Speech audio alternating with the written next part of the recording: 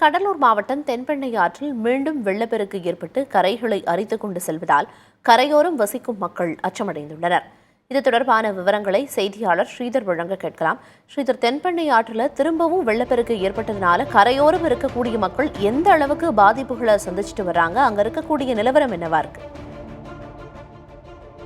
தென்பெண்ணை ஆற்றில் கடந்த 1ஆம் தேதி ஏற்பட்ட மிகப்பெரிய வெள்ளப்பெருக்கு கடலூர் மாவட்டம் மட்டுமல்லாமல் விழுப்புரம், கள்ளக்குறிச்சி, புதுவை மாநிலம் அனைத்து பகுதியிலும் மிகப்பெரிய ஒரு பாதிப்பை ஏற்படுத்தியது. அதன் பிறகு படிப்படியாக நீர் குறைந்து வரும் என்ற வேளையில் சாத்தனூரில் மீண்டும் தண்ணீர் திறக்கப்பட்டது. இதன் காரணமாக கடலூர் மாவட்ட ஆட்சியர் அலுவலகம் எதிரே உள்ள பகுதிதான் நாம் பார்த்துக் கொண்டிருக்கோம். அந்த பகுதியில் குறிப்பாக இந்த தடுப்பணை ஒட்டி உள்ள பகுதி கும்தாமேடு பகுதி. இந்த கும்தாமேடு பகுதி தான் கரையை அரித்துக் கொண்டு செல்லும் காட்சியை பிரத்யேகமாக நாம் பதிவு செய்து காண்பித்துக் கொண்டிருக்கிறோம்.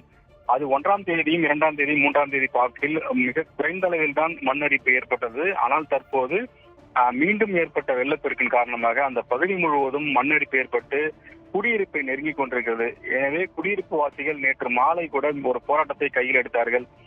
மாவட்ட நிர்வாகம் உடனடியாக நடவடிக்கை எடுக்க வேண்டும் என்று. அதே சமயத்தில் இதன் அருகே புதுவை மாநிலம் இருப்பதால் புதுவை மாநிலத்தை தடுத்தால்தான் தமிழக பகுதியான கடலூர் மாவட்டத்திற்கு தடுக்க முடியும் என்று அதிகாரிகள் தரப்பில் சொல்லப்படுகிறது. இப்படி 2 மாநிலமும் ஒருங்கிணைந்து உடனடியாக அந்த பகுதியில் மண்ணை கொட்டி அடைத்தால் மட்டுமே அந்த குடியிருப்புகளை தற்போது காப்பாற்ற முடியும். இல்லை என்றால் மீண்டும் ஒரு மிகப்பெரிய பாதிப்பை அந்த பகுதி வாசிகள் சந்திப்பார்கள். எனவே உடனடியாக இதுக்கான நடவடிக்கை மேற்கொள்ள வேண்டும். இது வேறெங்கோ கிராமத்தில் நடந்ததில்லை, மாவட்ட ஆட்சியர் அலுவலகம் எதிரேதான் இந்த பிரச்சனை என்பது தற்போது ஏற்பட்டிருக்கிறது.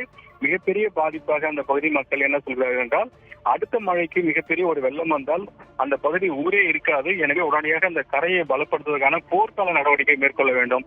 போர்க்கால நடவடிக்கை மேற்கொண்டால் மட்டுமே குடியிருப்புகளை காப்பாற்ற முடியும். இல்லை என்றால் ஆற்று நீர் ஒட்டுமொத்தமாக ஊருக்குள் புகுந்து கடலூர் மாவட்டம் மட்டுமல்லாமல் புதுவை மாநிலமும் இதில் கடுமையாக பாதிக்கப்படும். எனவே புதுவை மாநில அரசும் கடலூர் மாவட்ட நிர்வாகமும் உடனடியாக போர்க்கால அடிப்படையில் இதை தடுக்க நடவடிக்கை எடுக்க வேண்டும் என்று ஒரு வேண்டுகோள் வைத்திருக்கிறார்கள்.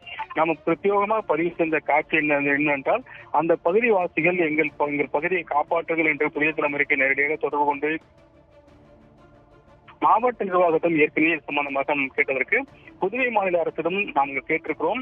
அவர்கள் மண்ணை கொட்டி அடைத்தவுடன் நம்ம பகுதியை அடைத்து விடுவார்கள் என்று அதிகாரிகள் தெரிவித்திருக்கிறார்கள். இது எப்படியாக இருந்தாலும் 2 மாநில அரசுகளும் இந்த ஆற்று பகுதியை உடனடியாக பார்க்கவில்லை என்றால் மிகப்பெரிய பாதிப்பை 2 மாநிலமும் சந்திக்கும் என்பது இந்த காட்சி மூலியமாக நாம் வெளிப்படுத்தி வருகிறோம்.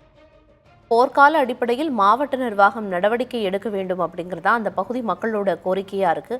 விவரங்களை வழங்கியதற்கு நன்றி ஸ்ரீதர்.